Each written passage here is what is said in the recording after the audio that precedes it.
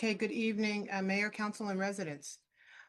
This is the agenda that I'll follow. This will be a pretty quick overview, although I think we have about 20 slides, but a lot of that is just updates for what's coming up this month. I want to begin by just welcoming back Debi Sandlin. Many of you remember her. She came in and supported the city of Hyattsville with with standing up the economic development team, hiring the staff, a city planner, and housing manager. But she has a background in that area. She served as the economic development director for both Manassas and Dumfries, Virginia, and then she was the CEO of the Fairfax County Redevelopment and Housing Corporation. Then she later relocated here to Maryland, and she was a town manager in both Glenarden and Bladensburg, the interim assistant city manager in Greenbelt. And then she came to Hyattsville, as I was saying. She left us to accept a position at University Park, but she is back and she is excited to return back to Hyattsville. Looks forward to working with all of the staff, the residents, and the business community, which is her first love there, and of course to support the mayor and council's vision, continuing to build a more vibrant and stronger Hyattsville. So we just want to welcome Debi back to the city. Okay, so city council members have been on the move. On the left-hand side, you will see that there was a Prince George's County Planning Academy that some of our council members attended. That was put on by Parks and Planning, but I understand that there was a lot of really good information, lot of good educational material. So we're excited about that. We're going to use some of that in our orientation when new council members come on board. And then, of course, our own council president, Haba, is president of our own council member Haba is the president of Prince George's County Municipal Association. So he had this last meeting, County Executive Brave Boy attended and several municipal leaders. So it was I understand, very good conversation and got a lot of good work done there. So just wanted to acknowledge that. And now I'm going to turn it over to Hal. He's going to give a project update on something that's going to be on on the consent items, and this is on the Lower Ward 1 project that is finally getting done. This is completely grant funded, so we're pretty excited about this. So Hal, if you are on, I'm going to turn it over to you so you can talk about this project. Yes, thank you, Tracy. Good evening, You're Mayor and welcome. Council. The one little correction. It's we received a federal grant for this federal earmark, excuse me, for this project that's That's right. administered through the Environmental Protection Agency. It was awarded in late 2022 as part of the fiscal 23 budget. Um, Great, thank you. And so we began design in 2023. Unfortunately, the EPA didn't have the grant program set up at that time, so it took them a little while to get the rules in place. And for all of the communities that received earmark funding to apply to actually spend the funding, we went through the process and we finally received our notification in December that we were ready to move forward to receive our funding and begin spending it. As you can see, I'm sorry, can you go back one slide? So the total funding is just over $1 million. The federal funding does have a match requirement, so the city is putting in a 20% match to the federal government's 80%. And we are finalizing those rules right now and with the EPA and are getting ready to start drawing some funds on the design work that we've done to date. Next slide, please. This is just kind of a reminder. If you remember some of our previous council updates, there were a number of locations that we were looking at. We did an initial study probably about 5 or 6 years ago that came up with 12 different projects. So this is just a portion of the projects from that original study. We have some construction projects, some design and construction projects, and some design projects that we're looking to move forward. And you can see they're all throughout the Lower Ward 1 area. Next slide, please. So just so the council knows, everyone in the public knows, these are the next steps that we are anticipating. Tonight is the first consent item to pay for the work that the Low Impact Development Center is doing for the project.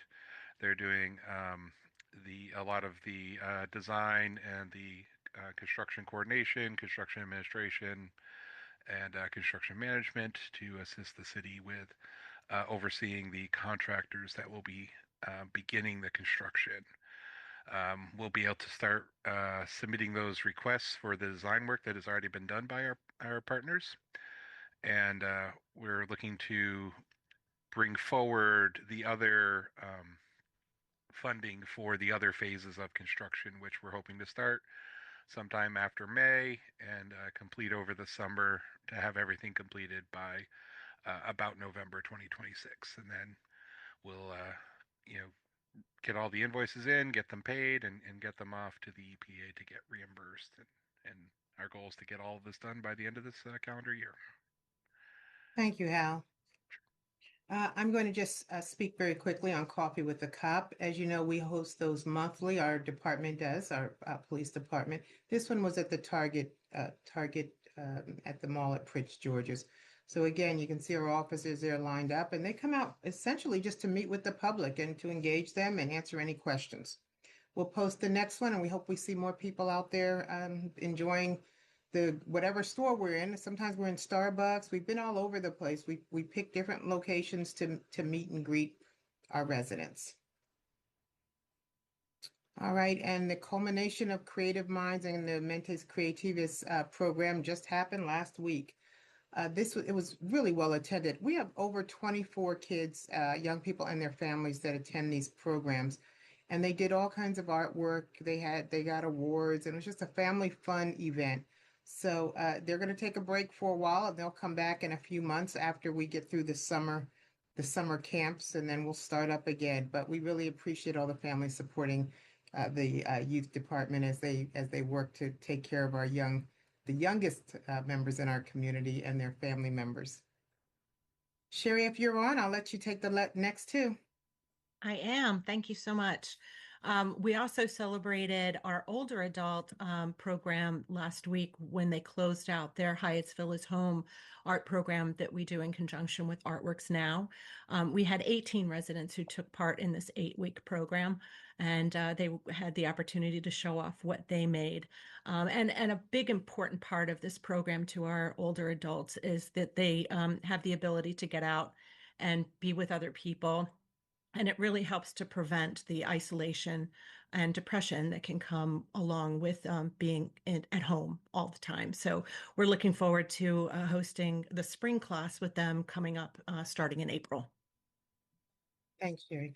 All right, you got this one too. Yes, I do. So today we had a great falls prevention workshop also with our older adults. And as part of this program, it wasn't just teaching our adults how to prevent falls. They also evaluated those who were willing to see what their risk of a fall could be. So they did some sort of physical tests with them. And we had 25 adults that came out to that program today.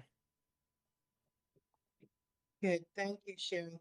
And I just want to add that for the resident that talked about the NBC Today show and I think this was called Playground for Elders. It's pretty exciting to hear about that. We do have the 38th Avenue Outdoor Park. So I don't know, I'm going to be excited, and I think our staff will be excited to learn what the differences are, and maybe we can enhance some of the things that we do in that park. So we'll take a look at that. Thank you for sharing. We always learn so much from the public comment. Okay, upcoming event. Sherry, you got it? That I do. Thank you so much. This Friday, March 27th, is the deadline for the PATH Scholarship Program. So if it's something that your students are interested in, please, you have until the end of the day on Friday to put in your application for this year's PATH Scholarship Program. Saturday, we will be holding our Hyattsville in Bloom Festival, and hopefully it won't rain this year. If it does, we'll move indoors, but otherwise we would really like to have this outside. That's at Driscoll Park from 10 to 12. We'll have some flower spring themed crafts. We have music and games and an egg hunt to top off the day. On Monday, we'll be hosting from 10 to 12 at the City Building in the multipurpose room, a program on pet care, specifically cat care. We've done some dog workshops, and this time we're moving over and we're working with our pet kitties in the neighborhood. And then on the 25th of April is our big anniversary festival. That'll be from 4 to 9 at Driscoll Park. So we look forward to seeing everybody then. Okay, thank you, Sherry, and sorry Thank about you. that. No, it's Okay, okay. so weekly offerings, we still have those weekly offerings, the Zumba classes, the Hyattsville is Home art class that Sherry just discussed. We also have in Wellness We Thrive workshop, that's at Driscoll Park, and then seated exercise classes for older adults. Those classes are getting are starting to get a lot of attention and traction, so please come out and join them. They have a really good time. Committee meetings, we've got quite a few. We've got the Police and Public Safety, Health and Wellness, Age Friendly, Shade Tree Board, Board of Supervisors of Elections is meeting. Police and Public Safety are meeting again on the 8th. So they've got two meetings, the 25th and the 8th. And then the Youth Advisory Council will be on April 9th. And a lot of upcoming events. Ward 2 is meeting on Thursday, the 26th. So just want to remind everyone about that. That's this Thursday. Higher Education Scholarship Deadline, Sherry just talked about that. Diaper distribution is March 27th, so that's Friday. Teen Exploration Camp, that was canceled. So I know a lot of teens were looking forward to that. We canceled that but we will get it rescheduled. Early Dismissal Camp was also canceled. Hyattsville in Bloom, Sherry just talked about. Cats 101, she talked about. Invasive vine removal in Ward 4 is Saturday the 4th. Departmental budget presentations. So that's on April 8th. That's when we'll introduce the budget. And then spring cleaning event on Saturday, April 11th. And that is all I have, Mayor and Council and residents, and I will take your questions. Thank you. Colleagues, any questions or comments? Mr. Redmond, you go first. Thank you, sir. Just want to clarify a question about the cats. It said a demonstration on neutering. Is it a video or are y'all really doing that? What's going on? No, they will not be neutering any cats that day. Okay. They're gonna be talking about some care for our wild kitties in the neighborhood, so for some of the feral cats and working with our residents on how to deal with those populations. Thank you. That was my second question. Okay. What is a community cat? But now I know. Thank you. Okay. You're Thanks welcome. for clearing that up, Mr. Redmond. Mr. Shandley. Thank you. That's a tough question to follow, but I'll do my best. My question is around that lower Ward 1 stormwater, and I'm happy to see that that's progressing. I wanted to clarify, do we have a construction contractor already onboarded? Have we solicited for that yet? Or will the low impact development folks, I think they're going to manage the project, but they're not going to build it. So just the status of where we are with contracting related to that project, please. Thank you. Sure, thank you. Yes, that's we will be using our existing on-call contracts. So between the existing contractors, SMC, Tool, Panoni, and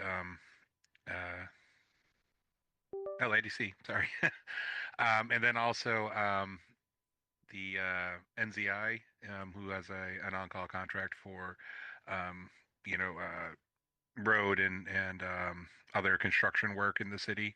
So all of those are already approved contracts, and we'll be utilizing those to get this work done. Okay. Thank you, Hal. Sure. Mr. Solomon? Thank you. I wanted to continue on lower Ward 1 stormwater project. And not to have any questions, but I know Councilwoman Wasa couldn't be here tonight, so I wanted to pass on what I believe would be her enthusiasm, saying thanks for getting us to this point and looking forward to it moving forward. The only other thing I did want to add is there was a question about a senior playground, I think it was, an opportunity to do exercise. Mhm. I wanted to know if we can talk just a little bit about, we renovated 38th Street Park with the fitness center. I believe we were one of the first in the state to have an outdoor fitness activities, and that was geared toward our seniors. But if we can talk just a little bit more about that redesign project, and then if there's any plans for additional senior fitness equipment in any of our parks. Yeah, I don't think there's any ongoing plans, not that I'm aware of. We have not discussed that as a staff. Hal may know of some maintenance and upgrades to it, but I don't know if you heard Council President Solomon when I mentioned that I was very interested in seeing what kinds of things the playground for elders has, so that we can do some comparison with our current playground to see if there's anything that we may want to add to it. Sounded pretty exciting. I'm surprised I missed that. Sherry, did you see anything on that? No, I haven't, but I think it's certainly something worth that's worth looking at.